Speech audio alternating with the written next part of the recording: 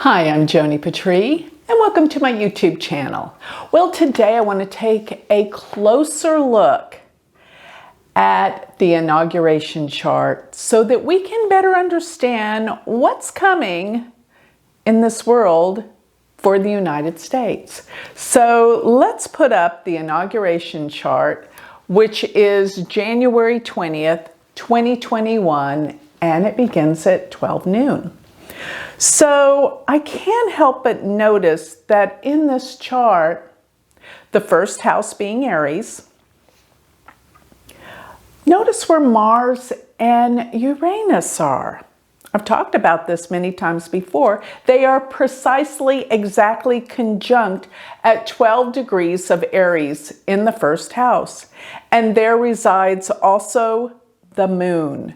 And the moon is highly sensitive, and to be next to these unstable planets means that this, whoever is inaugurated,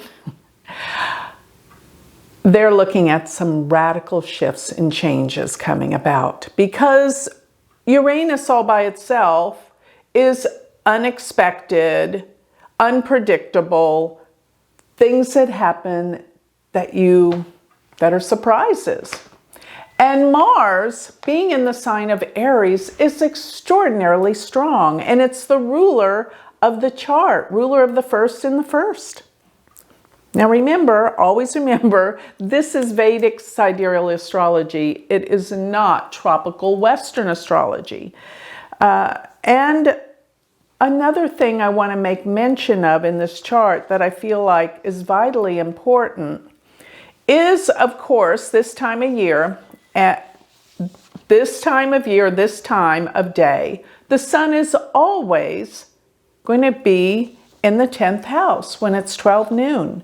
So the sun in the 10th represents the king, the leader, very powerful. And the sun here is with Saturn and Jupiter.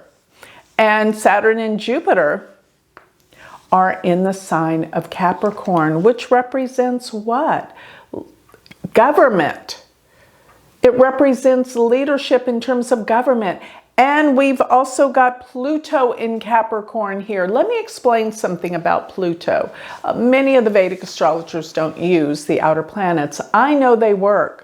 They are profound. Let me just say this, what's fascinating to me, and by the way, I just wrote a book on Pluto. Check it out. Just came out within the last week on Amazon. Check it out. It's my house on the last outer planet, Pluto. But let me explain something.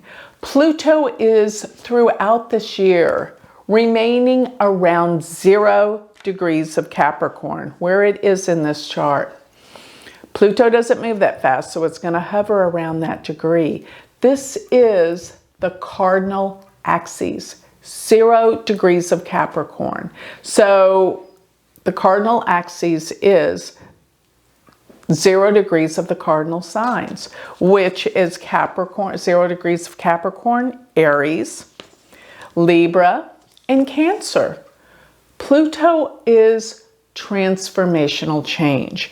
And I have to say, with Pluto being with Jupiter, Saturn in the 10th house, that's what this year and this presidency will bring. Transformational change. It's definitely what is needed right now. Everything happens for a reason. You see, the astrology is actually promoting and causing the things that we need the most to grow spiritually and as humanity to evolve and grow. Pluto will be in Capricorn for quite some time, stirring up and changing things. And what I found fascinating was in the next 2 to 3 years, Pluto's going to return to the starting position that it was when there was the signing of the Declaration of Independence in 1776. That's how long it takes Pluto to go through all 12 signs of the zodiac and return. So there's a Pluto return in the chart for the United States. Plus here it is in the 10th house, which means a major transitional change in terms of the government. This is giant. And regardless of what we may believe or think, this is what needs to happen. Pluto can sometimes be devastating, though. It can bring things to an end, many things. But as I always say with Pluto transits, and this is a fact, at the time you're going through a Pluto transit, you always feel like it is the worst time of your life. And then 2 years later, you look back and you go, thank God that happened, or I couldn't be where I am today. So that goes to prove for the United States as well. But if you look at the nakshatras in this chart, such as the Moon, Mars, and even Uranus, they're all in the nakshatra Ashwini. And Ashwini is ruled by Ketu. And the one thing that I don't particularly like about this chart is that the dispositing nakshatra dispositor Ketu goes to the 8th house. So something that will bring endings and major transitional changes, sort of like a death of some kind of ending, will occur during this presidency. Let's just hope that something ends that needed to end and something good evolves from it, because that's what transformation is. You see, we often think of the 8th house, which is relative to Scorpio, and Pluto has all those meanings. We think of the 8th house in terms of death, but it's actually all transformations. It's not always death, but it is a major transitional change. And the other thing that I wanted to point out is the fact that when you look to the Navamsha chart, this is the D9, the divisional chart of this chart, there's more that comes out. And that is, let me put up the Navamsha chart, here it is. And in the Navamsha chart, remember when you look at a birth chart, it's the potential. But when you look at the Navamsha chart, that's basically, it's called the fruit of the tree, right? So what it means is, will what's promised in the birth chart bear fruit? Will it come to fruition? That's what you see in the Navamsha chart. And when I look at the Navamsha chart, the ascendant here being in Libra, well, actually has Venus in the 1st house. That's beautiful. Venus in Libra, that's powerful. But then when you really think about it, looking at where Mars and Uranus reside in this chart, they go to the 10th house. And that means something about the presidency or the leader that this inauguration's about. This is what Mars and Uranus are about. They're in the 10th house and they're in Cancer, meaning Mars is debilitated in Cancer. This is going to be a hard road to go through for this presidency. And if you look at the dispositing planet of the 10th house, it is the moon, because the 10th house where Mars and Uranus are, it's Cancer. So what rules Cancer? The moon. So the ruler of the 10th house, the moon, goes to the 8th house.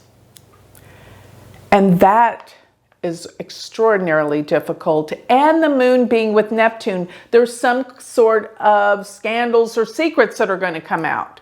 This is just what Neptune means. And the 8th house. So the ruler of the 10th, being the moon in the 8th with Neptune, there's all sorts of things that we didn't see coming. And that's what I believe this entire inauguration chart is telling us something. First of all, the promise that's in the chart, the change, the disruption, the surprises.